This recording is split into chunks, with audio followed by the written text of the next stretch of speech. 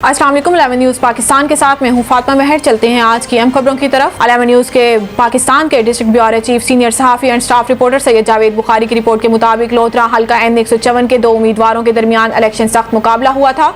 यके बाद दीगरे दोनों उम्मीदवार election commission civil high court में फतेह के बाद शिकस्त के बाद फातेह हासिल करते रहे। आखिरकार इलेक्शन कमीशन ने हल्का 154 के MNA फराज अहमद नून का नोटिफिकेशन 30 अप्रैल 2024 को दोबारा बहाल कर दिया। वाज़ेह रहे कि फराज नून के मद्दे मुकाबिल साबका वज़ीर मुमलिकत दाखिला अमूर और पाकिस्तान मुस्लिम लीग नून के मरकजी रहनुमा अब्दुर्रहमान खान कांजू को आखिरकार शिकस्त के बाद फतेह के बाद दोबारा शिकस्त का सामना करना पड़ गया।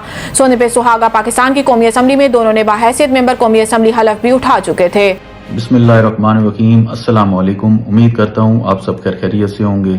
मैं राना मोहम्मद फराज नून MNA NA 154। सबसे पहले तो मैं अल्लाह की ज़ात का शुक्र अदा करता हूँ। उसके बाद मैं अपने फ़लस्तीनी बहन भाइयों के लिए दुआ करता हूँ कि अल्लाह ताला इस नेक महीने के सदक़े उन पर अपना ख़ास करम फरमाए और उनके लिए आसानियाँ पैदा करे।